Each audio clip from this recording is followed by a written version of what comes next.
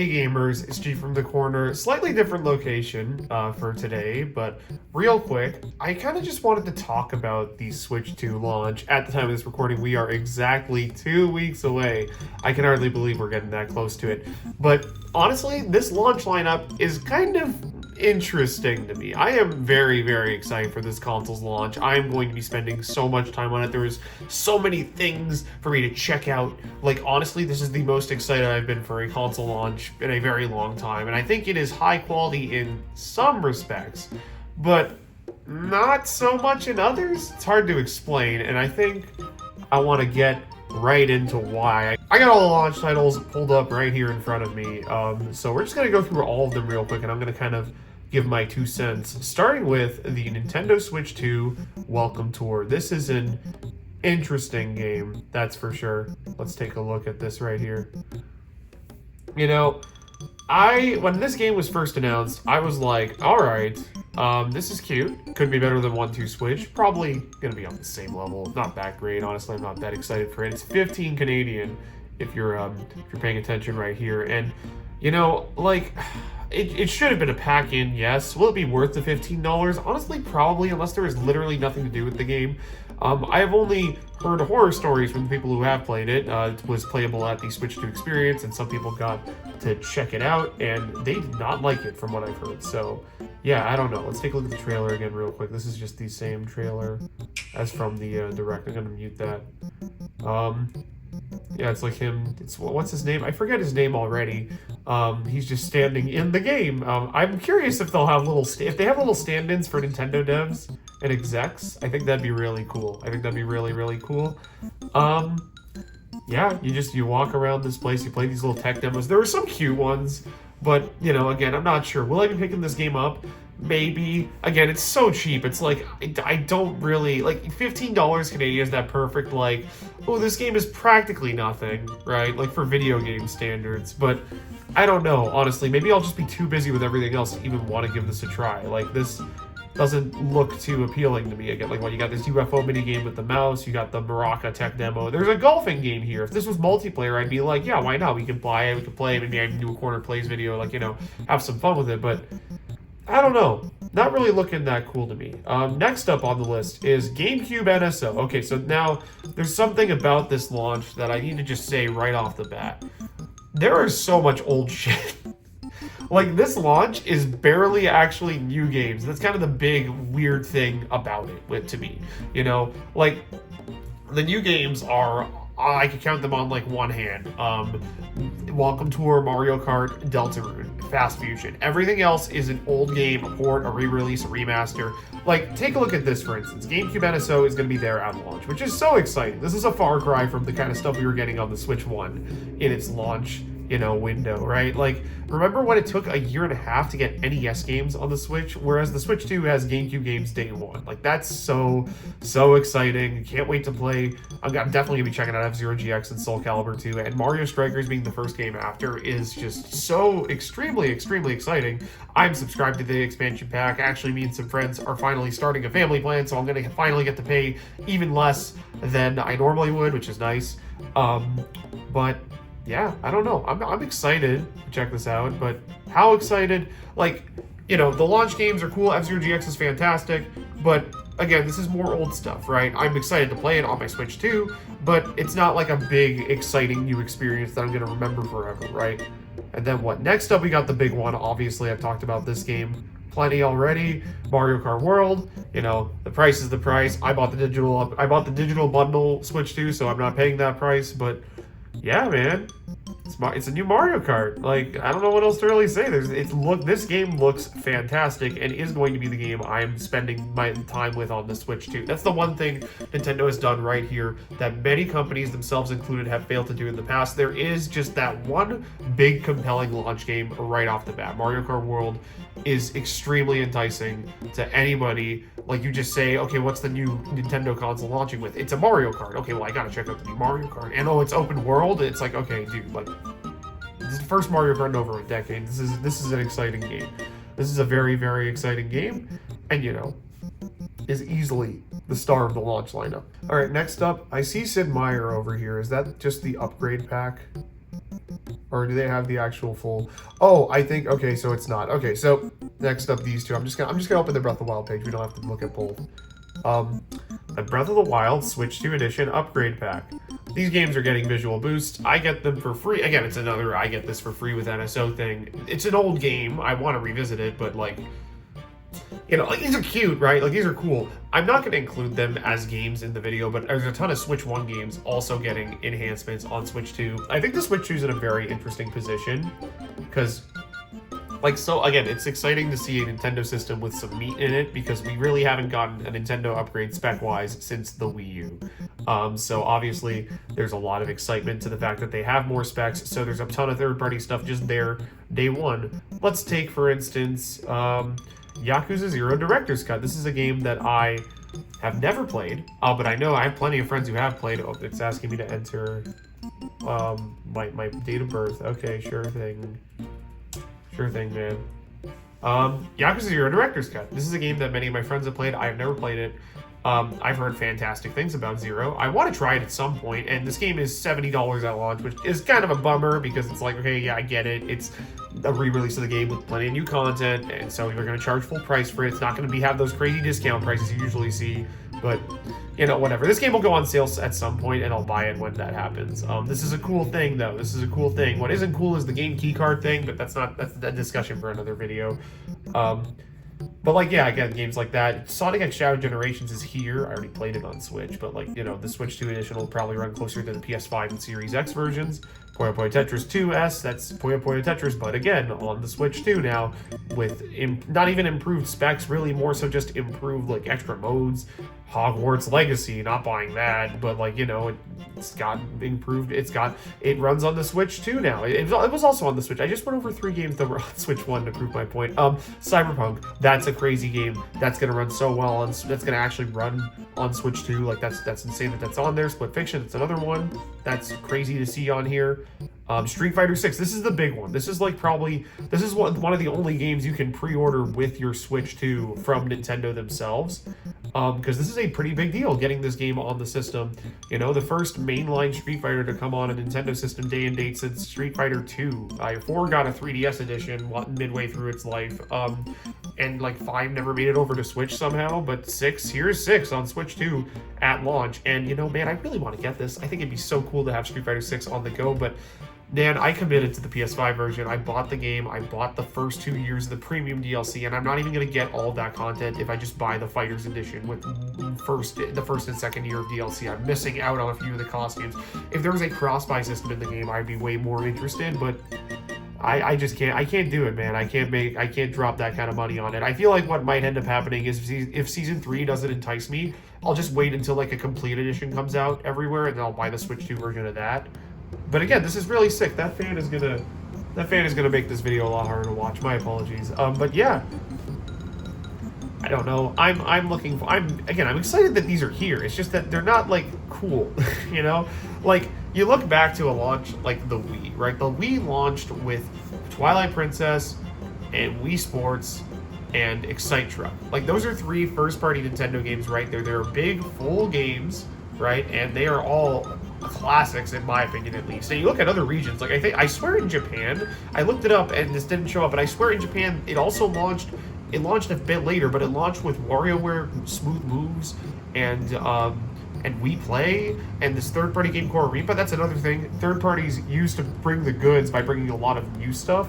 But it seems like the launch of this console is just going to be like the third parties are just bringing their old stuff. They're bringing their stuff that wasn't already on the Switch, which again, it's cool to have these games on Switch too, but it's not anything new and exciting, you know? Like, I'll clown, granted, I'm not saying that new is always exciting. Like, compare Capcom to the Switch 1, right? The Switch 1 had Ultra Street Fighter 2, the Final Challengers, like 2 months after launch. That was an abysmal decision. I cannot believe they charged $50 for that. Compare it to nowadays, where I just bought the Capcom Fighting Collection 2, which for the same price comes with 8 much better fighting games.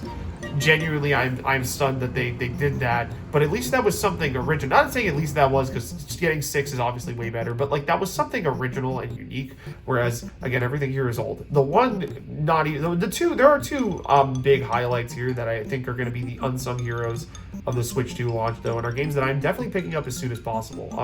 First of all, dude, we're getting Deltarune Chapter 3 and 4. Like, oh my gosh, new Toby game, new Toby story, new Toby music, new Toby characters. Like, this is a big, big deal, obviously. Everybody's been hyped up about this for a while.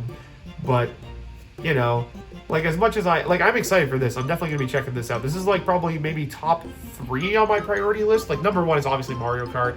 And then maybe, like, maybe the GameCube NSO. Might check that out, like, really quickly. But then this is, like, the next game I am playing through. This is probably the big single-player game I will be starting when the Switch 2 drops. I can't wait. I need to make sure I finish Chapter 2 on Switch 1 so I can start right from Chapter 3 when June 5th rolls around. I might even get it. Apparently, it's coming out a day early in Canada, at least, on Switch 1. And you can get a free transfer over to Switch 2. So I might just pick it up and play it while I'm waiting for my Switch 2. Well, we'll see, honestly. But yeah, again, Deltarune is a big get, right? That's a big thing for them to have for launch. It's cool to see how far this stuff has come, and I'm super pumped about this. This is an amazing one to have. And another similarly to Sega, who is trying to kind of redo their big success with Puyo Puyo Tetris at the Switch, near the Switch's launch, at least in most territories. Shinen is back again after a bit under 3 years, actually. It's been a bit less time than usual, which makes sense. The Punch Win was kind of a smaller game from them. They're back with another fast game. It's actually a brand new game with brand new tracks and everything, and new gimmicks and new mechanics, as opposed to just being a port like Fast RMX was. Yeah, this one I'm very, very excited for, although I will admit, they are kind of launching at a bit of a steeper competition. So when this Fast RMX first launched on the Switch, it was a launch game, and all it was really competing with was Breath of the Wild and 1-2 Switch, and like all that stuff. It was the racing game to get on the Switch. The Switch 2 is definitely not lacking in racing games. Even at launch alone, you have Mario Kart World, which is, I mean, the big one for everyone. But you even have F-Zero GX just on Switch Online day one. A lot of people are going to have other racing games to play, and even going further into the year, like, I mean, like, you know, I'm not going to check it out, but Sonic Racing Cross Worlds exists, and, I mean, Kirby Air Riders is going to be insane. But this game is also on the cheap. It's just it's $22, and it looks stunning. Oh my god, look at some of these images. Like, this Fast RMX already looked insane on Switch, but, like, obviously we're going to get they're going to do some crazy things with Switch 2 hardware. I think at launch they have like 4 different performance modes or something. None of them are 4K 60, but apparently 4K 60 will be coming in a later update, so that's cool. But yeah, this game looks like it's going to be fantastic. I'm going to have to check it out at some point, but yeah, I don't know, as a launch, like, it's really exciting, but I just feel like there's something kind of missing here. I don't know how to put it. It's like, you know, this launch is cool. This launch is fun. I'm very excited for the system. I'm very excited for all this. But, like, I feel like it's good in ways that launches normally aren't. And I feel like it's good in a way where I know the next time Nintendo won't be able to get away with this. Obviously, like, you know, I'm talking about the Switch 3 when the Switch 2 isn't even out. But, like, I don't know. I kind of always have that future-proof mindset in mind, and I'm looking at this and I'm like, okay, but yeah, they can't get away with having last-gen games on the Switch 3. I mean, granted, maybe specs are going to increase so much in the next few years to where the Switch 2 will be outdated by, like, 2027 or something. And people will be like, why isn't there a Switch 2 Pro or a Switch 3 yet or something? And, I mean, I really doubt it, because it seems like a lot of devs have kind of, like, realize that this kind of the spec level of the PS4 Pro is kind of good enough. Everything's really only exclusive at this point because, you know, it makes it easier to develop for, but, like, they could still, I mean, look at some of the games. Again, the biggest games of the last few years are coming to Switch 2. What's not listed, you know, like FF7 Remake, Elden Ring. I can't believe Elden Ring was blanking on me, but, like, yeah, again, there's a lot of, like, stuff coming to this console. It's just, I don't know. If we scroll through, we can see even more games listed on the eShop. If we scroll up, Rhino, Jamboree. Like, there's the launch window, I think, is also very strong, but I think it's mostly Nintendo carrying it post-launch. Like, you know, Donkey Kong is a huge, huge deal. We'll see what other companies have games coming out soon. There was this indie game from Nitro called Mousework that I really wanted to check out at launch, but it doesn't seem like it's going to be hitting launch, at least unless they have some surprise announcement to make in the next few weeks. There's a lot coming to this console. I'm just, like, very intrigued. Nintendo's in a very fortunate position where this lineup looks really good, but, like, you know, if you've played all these games before, if you've played them all today, if you're not into old stuff, you get Mario Kart and Deltarune. And maybe that's enough for some people. And Fast Fusion, obviously, and, well, I guess Welcome Tour. That might be enough for some people, honestly. I just think back to, like, I don't know, the Wii and maybe the GameCube's launch. I think about those launches, and those are like, I think, the best Nintendo launches of all time. Heck, the GameCube does the same thing the Switch does here. The Switch 2 is doing here, where a month later they had two big games. You know, like the system launched with Luigi's Mansion and Wave Race, and then a month later they had Pikmin and Melee as well. Which, I mean, it's not to the same extent. You know, just one big game at launch and one big game a month later, but still, you know, Nintendo is they're cooking here. This is going to be a fun launch for sure. What am I actually picking up though? Let's end the video there. What am I actually going to be getting at launch? I really want to get Street Fighter. Like, I really want to play Street Fighter 6 on the Switch too, but I can't make myself do it. I can't spend $85 on a game that is going to have less content than the version I've spent like over $200 on. I just can't. I can't convince myself to do that. It's not happening.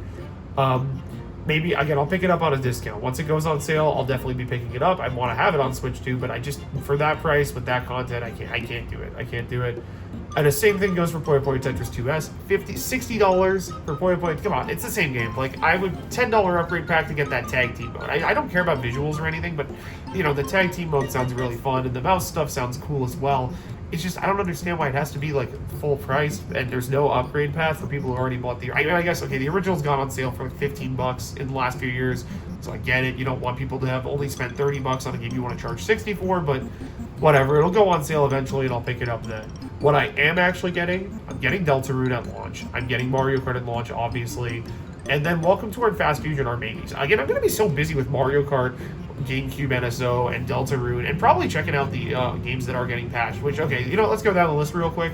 Ones that are notable to me, Pokemon, obviously. Captain Toad is going to be, I'm going to definitely, people are not realizing that Captain Toad is now the game that you go on call with your friends and say, hey, who wants to play Captain Toad? Let's game share it. Okay, we're playing through the entire game online. That game is going to be killer.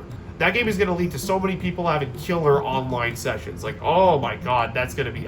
Dude, like, everybody needs to realize that that game is going to be so good to play entirely in co-op online. New lease on life for it. People need to buy that game. People need to start stockpiling their Captain Toads, because that game is really going to benefit from this. I want to check out Odyssey again.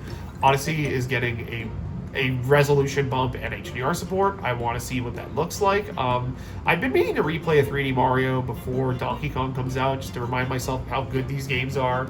And, you know, I think it's probably going to be Odyssey. I was originally thinking 64, but you know what? Odyssey is going to get that nice bump. Haven't played it in years. I think now is probably the time to go back and play Odyssey.